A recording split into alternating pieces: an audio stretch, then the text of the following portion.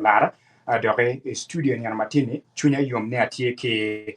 director communication yonget maneno kit me pokongich dok loe kit me pokongich idul me the Deposit Protection Fund of Uganda atie ki Mr. Patrick Onan Izaga afoi tutwal bien la dita ajuri mataka rida afoi tutwal Samuel mer foi for the botba e fu do tim ko dak da twal mota bot lo wujre de du jama ko man afoi tutwal DPF no futil ni wanda tie kanel ni lo gwakli ni lo ni ki Uganda tutwal ki tin wati yende ne kena makena tamoni kay nan chenta kerepe meki kay gwako kumi beru len tira ya da pera te da pera mere gwak tamu ya and da pera te afoi tutwal now wabe chako kenyang matut kawa tika loke kom Deposit Protection Fund of Uganda ni watika loke kom dula ngoke kome uchake wene ti gikono ngoke kome gikonyo ni ning tutwale pidano mage gwako chenta gi ajuru datu afoi Samuel da chwan mo kanwa ko lo wujre du jama ko man ka dugu kuman studio eni do da ho gikoma ya yom ne dugu kan gang wiyo now mapira te me chako ten ma ko tamwa eni dul magi luoni Deposit Progression Fund onyo DPF yo machiel obero dul pagamente me Uganda eni okay dul eni uchake ite Bank of Uganda Central Bank en ko bedi dom chek magi biyo men lo wero tin non DPF tie machalo dul ma chung pere kene o chake tutwale e ngwaha alibario kia para biero ene dong wapoke opikum bank madit me Uganda ma Central Bank wero dong keme machalo DPF diga chungken dong wado chungken wa eno wiya ti gina wano te mana pine no fudong kitiu no gineno ite Bank of Uganda so ni chake mwaka alibario ka para biero ene dong odaho kira giluoni autonomous domo chumpi wa kenwa and mamede do teach and kitagamente uchero wakere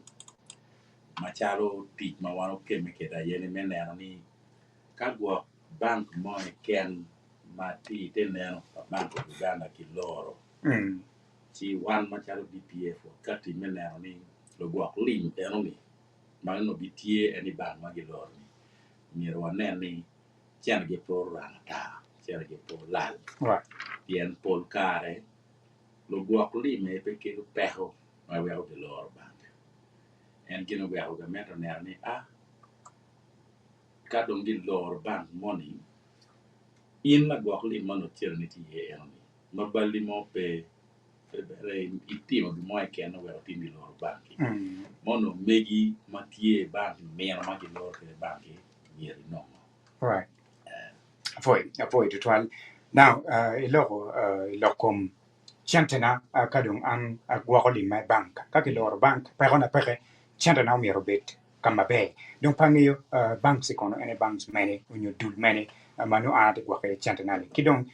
lim enoli kono angi lining ni banka gitie ken jo magwako chante gi DPF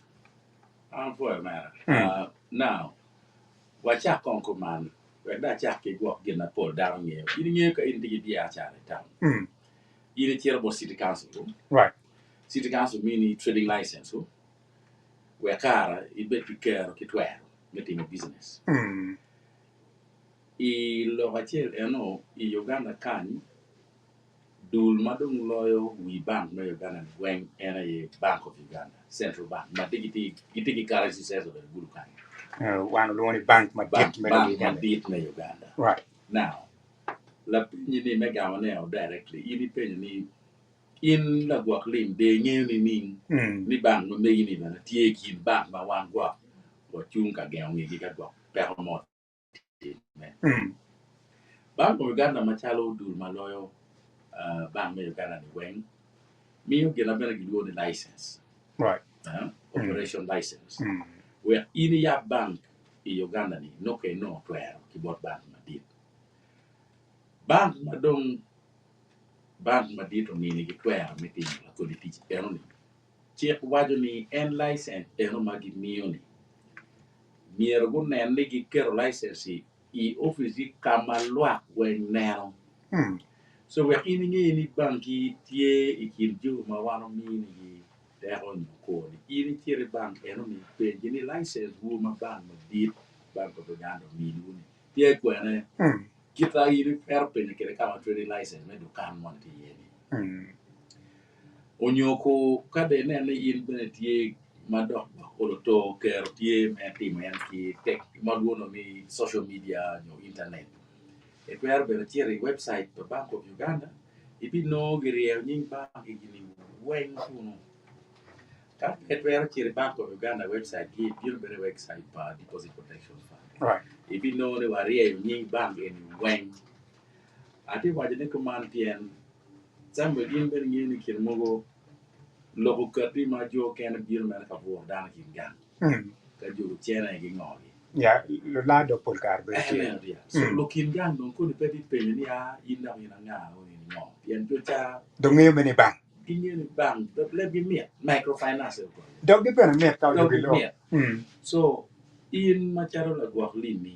di chena ma in tikere ne chena ma in tiyu kere yinya miere ne ni ikero tek me niang ni kama itigwa ka chiel ni en itigwa ne kama pore right itigwa ne kama jo ne tiki twer maduno diocese me timo timo bank ma yot mere me chiel ma ketwer ne in ne ni ki utilize ka pe me twer penyo ne pien la penyo na ba ki penyo jo ne penyo me niang amir kero li makan eno un mo ngao ni titi banks ma pol ma gi kelo advance gi bot wakan at the hand pol kar gi wajeni limit dulme the deposit protection fund of Uganda ayi gwago wai chanta maromo million sapa now pada ngeo ngo ki kome matime ka chanta na karo million apa ka tiki chanta ma karo million apa bank ngo ki kome matime we ka cha kuman ni gin ma gilu ni nyodul ma gilu ni deposit protection ni pio yu lo bone lo wan na chalo Uganda na chalo lo wagamo bena gina kuman ga mende bero no ni pia te okay ikara ma chon cha ka banki loro lo gwak lim deno chan kuna no pe balgini pol kara ka gi lor banko ma gwak yeli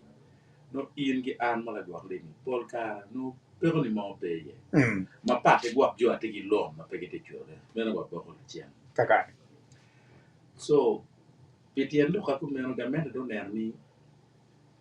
ka chalo lo wa mego me Uganda eni ma pira terra yeni lo te dero ena wa chuka waro kono ni boda kono jomone madong chene gi noke dir mala ka gi lor bangio ma pegi tiki yo mo e ken men no chene gi mana no ma gi gwa re kenyo ni adogo ne ko gi dak no le makaro so you lo ko lungi no ni en we da lungi no te dero in le wa me banki do the bottom of the pyramid right la ko di down ene do nga mento no ni mier gi nen ni ka gwa mo utime gien mier ko gi lagi pien pol kare en kien jo adong no gi yedle mer ni chami churi itiu churu ko di down eno ni lo gwa lim eno ni ka gwa ki lor bangio chi ndeta dok gudu yima maraj lo eju mukene ni gwa chalo in ene no gwa kwano ki nyogi en gi no wero ikero dul man menen ni ka dongi loro banko dano ma kumero mier kom kinene ki gwa gio now in penyo ni dong gwa tiene ni karo mone ma wano protecting ma dalu protecting wan wa kar ni ka gi loro banki wa biru wa chuni ni di apa ka gwa wa kete tiki million piario chiek wajo ni mopon wan machalo deposit protection fund mier kom oyoyot ma pia dwe adero kar no kongwa chuli no million apani yen ngio ka dong pego poro no aba uchi duata chando kane ka ke loro banki kena medu adek million apa ne chuli million apa eni ma fut pia bere ping nguru lo pia o bore wan machalo deposit protection fund mier wane ngo mier ke no chena erni dong wa kieti $1 tiki million piario kuman go so tiek wajo ni kanong mano tu giri million apanya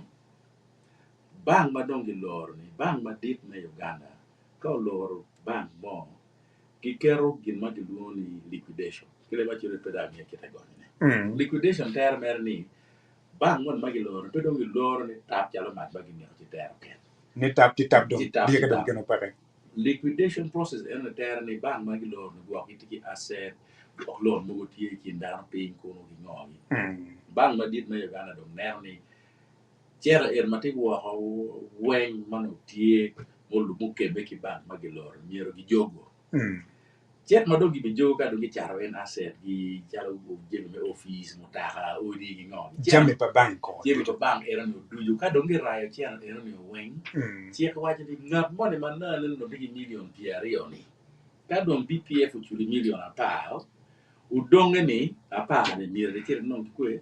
ti chen ma gi rayo gi jemi ga charo ni okay apo ne tie ni ma megwa ni bino pio yo tie ka waje ni mire wa chulo within there. Eno kama wa yene imwa kamu karcha pierewa ngwen. Bang ari mo Uganda ganji loro. Wacha ko chulgi ingecha bia chel. Okay. Wegilim bu chako no lindio. So apo kana tiene chena ma wana chulu bollo go akli magiloro bangi ni. Binu yo pien kaperte me no kom jimo di kundaro ti mie. Moni cha maton ko liquidation ni. Dok galle manondo. Kita tiek lugu. Kakare apoy ditwal atiki gen ne la win video ju winyu DPF anto no penyang matura dida ikum DPF papangi ineno ni nano chado pingo anywele mele woman umier gunge ilokom deposit protection fund of Uganda anywele mele woman mier gunge beti lokario mi achiel dan mier bena gona dan mier beti gen ni ka gimoy keno time ni kom chiera gi mano gwa bank dire mare do lor bank yo mier go bed ma twin go pie ni chiera ni pudo la lo wen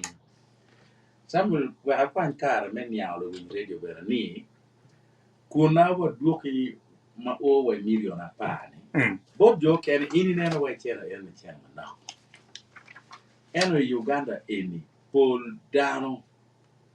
magi gwa chilingi bank chiera magi gwa bank pe karo million achiel yeah inde because I'm translating 98% level to the 98% pier bungan ya bo percent pier pol dara magwa lingi iko bank eno ni chiena magiti ke pe karo million achiel manyuti percent pa dana rio kera di chiera ma karo million pa en gino beho ticha kamente wen wi lobo de men ni citizens annually mi lobo eno ne wen tie magwa ni mo pore en gino beho million pa ne ku ne wini wai tiri wegi li mugo mategi million mo we mia jomo kene kone bere pene pingo million apa ka ayo pingo million apa ne pien lwa lu nyoli me logo pegi tigi na to chiera makar million apa dati wajini ikum jon eroni poligi tigi million chiera du kere pin manjiri ku million apa no idoro ti apa now jomo ne madong chiera gi kar million apa erni gira dog joma ko gi koro kadom bang badit na Uganda utieko gi liquidation process men percent ario Maria passer ario mon ni ken it amone go yin ke ron bang balance si bini anche mate apoy tutwal now la win very atamatin yang mabe dida atieke director maneno kidme kupungechi dul made deposit protection fund of Uganda atieke la dit Patrick Onen izaka tika tietewa lokom limma migi mayene gwa bank ni kwanyu gwa kanino mo bank loro chento nini mono dong dok kwene John kidme winyo waje kwere ono limpa dan winyo kata ente kom karni the DPF dong gitie dong ma pier takalo eno miro wange machalo angat madagwa ko lima bank loro lima abino ni ling ange juma politika penyone achako kika kwene mo bang ma ititi gwa ye lim eno ni gitiki information ma lobe gi ni national ID account number ni kingo ngi kumi ko dutete ngi kumi du ma pie ya account no ko ngi to form ki miang lo ko kumi ni wen lo kumi ero ma bang gwa ni chek wajo ni quarterly manyo dinge dwe adek mier go beda mini wa information erni kuna ana loko ni wang'eyo logwak lima di mati Uganda chena magiti kede chini adi okay wentie watiki information there ngeje no mer beda uboto bene ke poko bere botwa imumba confidentially manyo ka donge lor bank step me achiel ma wan tima ye menera ni okay bank en tin donge loro ngagi mono te gwak lingi ko mo luo gi depositors this end on weng tie borwa okay in ma char la gwak lingdom jema deko botime me achiel bang madit na Uganda Bank of Uganda obo mi ngej bolwa ni a bang mane ene dom bedo wa mi yema dom petwero ri kinu wedi so mi dom gi lor ngej eno ni bang madit na Uganda ni katikere ka dongu katiki lok eno ni one ma charo deposit protection fund dong wa kemi gi tichwa right wa chaka dong mi ngej bodo gwak lima chiel ngej embe wa mi channel ma papa piani ni ni kai ni ya ban jebe mugo magi penyi ilok ma lu be yin namba chi mi ti adi email ni kono ki ngodi lok en dong wen ti bo chi in be cha no mer message direct ka wa chalo email wa chalo nyu wa chalo message men yang ni dit sabe lo lara dan me bera gwa yeli mini dong ti ti lor ne yin ti be yo me bira ga chira ni muno tie ingo bank okay lawin very man make fam lawin very mana chiel notario make fam ati ki la dit Patrick Conan en tie director ne kit me kupungech ki lok matute lokom DPF lawin very dok watika nan no lim ma megi make gwa bank chante ni mono kadum bank loro ngo ki come matime nakane iloro lokom wiki joma gamo den kakadwa anda gamo den no tie bank bank ma gamo ye dende kiloro lima kono timeni e penye da mo pore we acha kuman pol kar dam tamani kono inde tigi deni bank tigi lor bank den bere to gi bank em ne petimme pien the Bible bene gi cho ni give to Caesar what belongs to no to Caesar right in me chero kadeno deni mier ke chet me ngeni I chwinyi chera me bi den ni dwa kuman go ayo pien kita bank ti ukere chena mage gamo gi bot $100 ma tim pe gi ti kere ni era gi kwa bot pati men ti ukere kita chena wor kere era bank so manyuti ni keti dom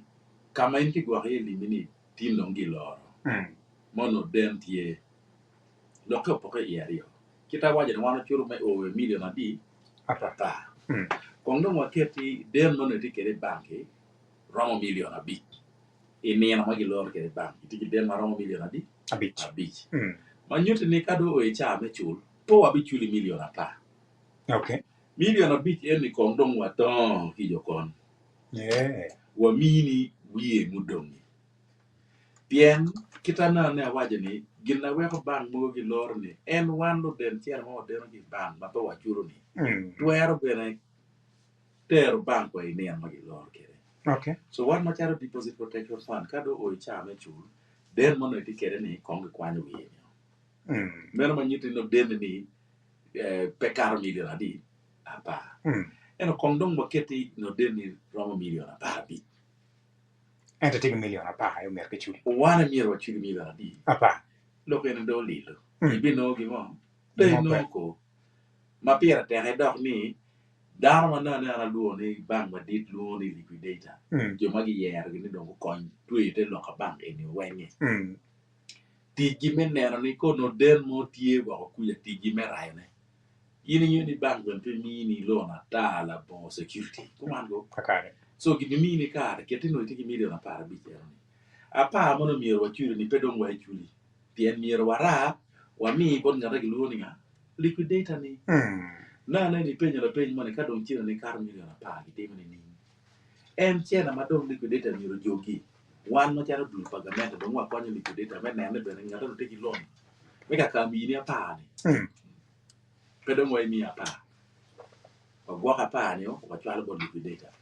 eno in ma chara den chenne pien ni ti million apa bi ko apa wando gero abiki dongi futti ci menen ni chulo o miere chulo per banki lo gina geluni den lo bagi chulo apoyo to twal ang'eyo dhano ma pul gitika penyo wigi pien romo bete gwache ng'at ma okero chente ne ng'at ma gwako chente bang chike account ariyo unyo wakati gwake ana chike account na kena chi bena tie ki account joint account ma wan ke mien or gwake bena watie ye kare che jori kitero gini na botwa kado e chabe chul kile mono wajane wachulo pa depositor pa deposit account depositor eterni in machalo Samuel Lara tiki account bank kumando ma megi keni ka wani ango ni chiena ni maroman ti account man ti nying Samuel Lara in machalo Samuel Lara piri keni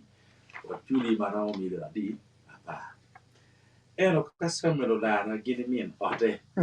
gitiki gira gido ni joint account gori account ya riba ko gen wengi kerti ngi signing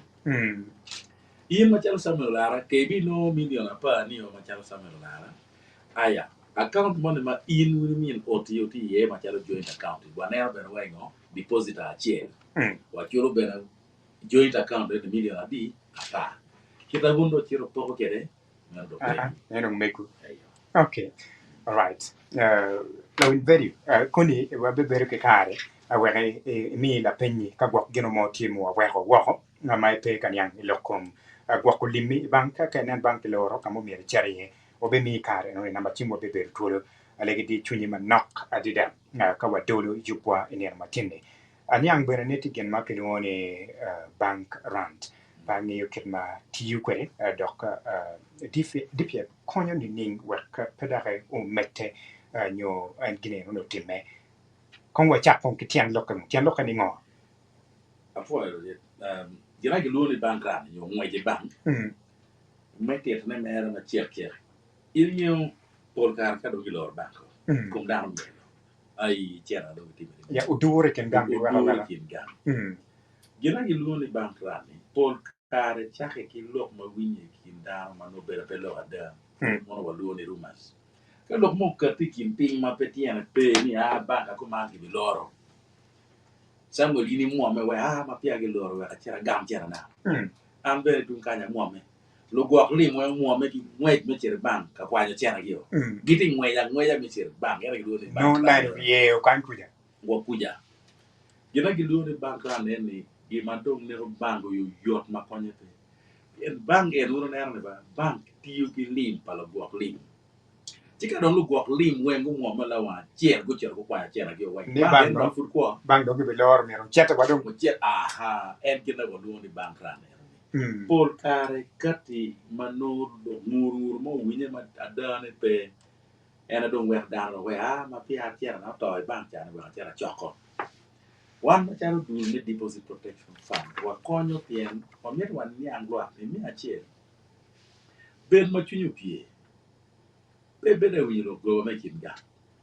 bede winyo rumas ni bank no bibi lor ben machunyu pie pien tiene mo ken mo tie ma do bank ero ni maroma ni na pa one would be to save it is safe pien kadano wa mo me ni tiet ki gam tiera yo ki bank mo kere bedi lo ke pelo da imba mo karange bang mo Kenya ki lor ku men ngato mo kate mer ker mer lo Twitter ne do bank be lor ngato mo choy mer lo mo man no Twitter lo ko tu nya chara ma bua ni lo ka chera ria te ni lo ka chera rio dano mo men ngat man mi a chera na bank puri ni rio bi lor en kino wa wa go lo go kli ni o bet ki gen ni kamente o kero dul mo geongi ka ki mo kero pi me ma list ma o wa mili pa no ma kar milioni pa bene na da ti au kete no kwere na kani wati ni percent piara bungwe bi aboro pa dana nyoli me do man tianda ke kar milioni pa mage gwa ke bank wante jomo ken wa kwano tianda we mobile money mo ken wa gwa ko lingwa sako dana to yobe gwa ko tianda ma pat pangi won kono o konyo joy kene ni jobi gwa ko tianda ke mobile money ki dong ben tijuri gwa ko dir ben o we sako na ko ma chake lo ke mobile money tiana ma gelu ni mobile money ma tiana ma ine na chindi gelu ni soft money right digital money pe chena manyige kumango pe kom lim mai pe ma kom chi le me mere chini so ka ini tiki chena ichimi maramo million como kete ali mia chen ini te i checking balance kumango inera ali mia di mia chen ma ini nera ma chalo message si mia kom chena manyige maromi mia ni tie ki gwa banka money kete nyo MTN nyo Airtel kama igwinde gwa limi mobile money ni era okay manyige chena en mirroring bere why digital money may nena chimi message may nena mia ni kom chena manyige come MTN nyo Airtel lobo gina iriti kere no ker chena ero manyige i bank money ogwa hotie ka mo makum lim ine nena mere ma message en dok lim message en lim ko ka dong ti mo ti me chena ni mo ne banane ne ma chal message tie bank ka mo ento ine ngeni doro logo gameta chera doro logo yo ma papa wan ma chara dul me deposit protection fund wa tiki check malugu enro jo ma tiki juma gi go chera gi mobile money check malu be ke gi bene dok pat okay ma nyuti chera gi ma tie ene mobile money erne dul ma dok do be pat gi tie bene te bank ma dit ma Uganda ma gi luongi ni National Payment Systems ma check gi cho luongi National Payment Systems Act ene tero ni ka dien gi lor bank mo ne enyo chena mo no glor pedong bank endo gi glor go MTN no Airtel ngaro mo mate go yeli no chala mobile money ka go ke mo ti me gi lor chena mo no yeli ti kere di chimi eroni tie ka mo ne bank chuli now what you ke ka beta ngi ni nok mada ento jumo kene tike account ma TUK chat ngi ti jumo kene gere giti gi wari gi waho bere ki account mano TUK dollar TUK chente melo ma waho gwahe jone ko utimo gine comme no kete no tiki dollar nyo British pound no ayo logo Uganda tie gi chana mo wati kere so ka ini tiki dollar gina wana tima ye dollar ma ini tiki kere ya account eni ko ngwa lao i chana me Uganda donc bena watimo gi exchange rate mano bank of Uganda bena tiki kere ni yana mapia gi lor kere bank so keti exchange rate kita gi luo kere men la kone me agi Uganda shiri dollar ko tino dollar chi ti ali ade ka bia fi mi abi right kuman ko chena mo no ti account ma chano dollar ne ko ngwa lo wa dwa ho i chena me Uganda pia Uganda is sovereign state dollar chili ni kongi lo kali bete ko mi abi aha ka dong wa applying limit e on million pa eno chuli kere pia ma chano logo pedara twera cha pi ki chena ko logo mo kere makun one ma chano logo me Uganda wo ti ki chena mo lo ni shillings okay yeah all right DPF to sorted query win very kamo ke kan ineo kado nguno bero ka gwa kolim padano kumeno ngato monete ka penyo wiye kuya ni un kono no lim ni now kama lim ma wano piu kere agi ye beta mi bolicho ma chano le boli ikin gang dano bolicho kumando gin dul mo gin deposit protection fund chena wa ki bot bank manana wo nyingi nane ni yini penye la penye mo ngeni ni banka ene bere tie kin joma no ma wa geonge gi ayo en banks eno ni aye mwaka gi kwa chena mo ma no ki kero ya dira ma gi deposit protection fund biro e kar cha lo ke dero ni dero no me yo pe pia nyi manu pe ati to man ko so chena madong banks ene churo ni ma wano jogo mwaka ni era ye ka dir ma do ni yele legi lor bank mo wando loro chi ma ye ku mener ni wachuru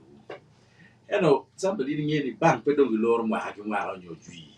so ngado mo to erbe kila pe ni ni ka do pia gi lor bank chena ma do pe ya dira eno timo ngo kere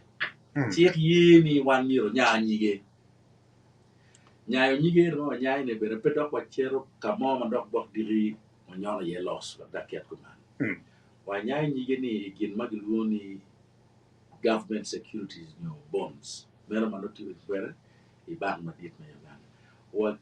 wa nyayo chena eni kama ka diri ma gi mo kero time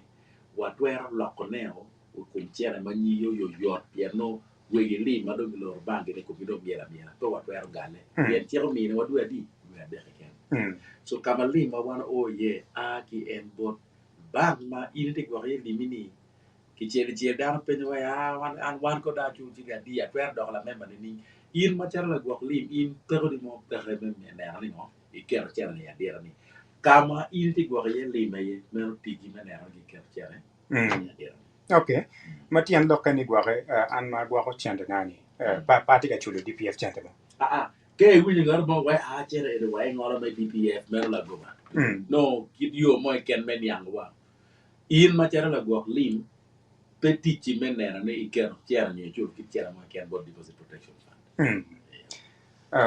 ma tu chok wa no yan ne bang sario mani kilo rogi ma no dul ma ke gwa chande kilo rogi ci angeo ni ma charo DPF por chot e kom dano men na lemge ke dwa ko chen ke tem nyo ko ne ke dwa jeme mo time ke dum jeme mo go mo no ma ta be ramo konyo gwa ke anget ma futi ga mete ki gwa ko lemme wiye e mo ara piare o men bank rio ke loro Uganda a cheno ke loro EFC limited a cheno ke loro Mercantile mero bank mo no pi pe gi branch mer kan no bank mo no gi ti ma be ci dong do bale ki loro dio ario e kan i ma piare wa ngwan ni ta ka re no ko be bank ge ro loro pe EFC gi loro do ma chiel Mercantile gi loro do ma chiel gina wana tim na waja ni dong ngej man lo be kilo gwak li moen o botwa ko ban ko so gina chi ma wan tim ayeni magilo bank ni ta bank ba dit na Uganda bank of Uganda bi ni wangi wan ko water ni jo mano kiti gi le gi bank ni we wa cha checking mena ni ngo itie gi jebi we mo tore en gina wa dong chulo yo be yo wa cha chulo ya actually ni cha bi cha okay all right then all right afoy wadon kire kira ma nok tutwal dano ma politika go chim dok bene gimeron yang ma tutata chao wo tu mo hola win video wa konga mi kare ke Patrick dok chen na penyi kare ka bo mio a precise and summarized lok mo lok tiene ke lep po mo notara la dita juri afoy la fenya dong fa lo ga ka po ko radio mo ti go chim ni cha ai do di wa era ka tong ma ti che a cha ki mi no ke na wa ni no dong ma lo ko me da gam ni ka in ti ki jana ma kar mi dio pa ma ke ai tu na wa ni ge no do no liquidation age lo ban no di me Uganda chimu na to mo mi ne le do en ko ma be ye rai che no dong den ma ti ki bi no en kum che ma rai en den ke jame pa bangi yo me mobile money be dong na no lo che na ma ne ma cha lo ti chi mi erni kom che na ma ni ye la gwa la mini mobile money service ne MTN ya te gi di ya ma gi bank mo so bu gi mobile money be yer be gi lo ki no cha ri bank Julius o kana ira cha cho wai bank pa jo me el dali ni gi lor post bank pe gi lor post bank ke la ni ala te pal bank right manit ni Julius lega na mera ti ni ke twero no kwan ka ri ti pal bank mono ne gi lo ni post bank ti chokman nga housing finance group pol ka re dan be na chan ne pi ngej ma pere kwan ka re ni bank mi an ngo ma de ti me pi twero no ri be na ki ti ku ki ti yi ni pe ge twero no post bank ma gi lo pe gi lo ko mer ni ke Alice Omoro wa ni kada loka gena loka insurance wanga no lo bank wan wala chu insurance den moy ken ma ini gamo no ti insurance ma ini gamo ge den ni bank er ni mer ni den er no ti insurance we ka gi moy ken ti me gen no gi biero ka chu ne okay ka in ma jar la di da den li do chu ne go ngai yu bol ka re insurance ti no pe gi lo bank er no chu do ngai yu ma ni ti bank ma ni den ni biero nen ka ma gi ra ye ti ana na di right David Pabo ti penye loka tamaron jaho kere ka do bank mo di international bank kere do international no loko tie te twere me bank ma dit me Uganda peti UP er kene right do bank of Uganda ti jime nero ni bank wengi te lo check ma gini ker we kana ka bank no bi lor bank peti ma tura kono ay kanyo ay wako ko ay wa ini agi wa bi na ti kanyi ti bi check me Uganda okay all right in a precise way ke tem do ko lok mo lok ni duju katware da kera tielu ni ariyo kan wa leo chawo tumo thank you Samuel. This entire time we have been here from the Deposit Protection Fund. My name is Patrick Cornelius. Zaga, Director Communications. In a nutshell, we are here primarily to do two things. One, we're here to participate in the Northern Uganda Agricultural Trade Show, but also to spread information and awareness about the Deposit Protection Fund. In brief, what I have simply said is that the DPF, as we call it, or the Deposit Protection Fund, is an agency of the government of Uganda that was established to ensure that depositors are protected in the event that their financial institution is closed. Anything can happen and the bank gets closed by the central bank. And so we exist to ensure that when that happens, we actually pay the depositors whatever was owed to them up to the tune of 10 million. Anything above 10 million is paid through the liquidation process. So a bank closes today, we pay you up to 10 million, and anything above, liquidation process takes care of it. Terms and conditions apply. And the 10 million may seem very small, but my brother Samuel and dear listeners, majority of Ugandans have a million shillings and below. So that takes care of them. So, and we're here primarily to share with the listeners that every bank you go into, you should be able to find the information regarding Deposit Protection Fund. And in summary, I can only say that all depositors should bank confidently. Don't leave your money under the beds or in pots. Put your money in regulated financial institutions, licensed by Bank of Uganda. All of them have their licenses properly displayed. In a nutshell, that's what we've been speaking. Thank you. Lawin value Aberuki Ladit Patrick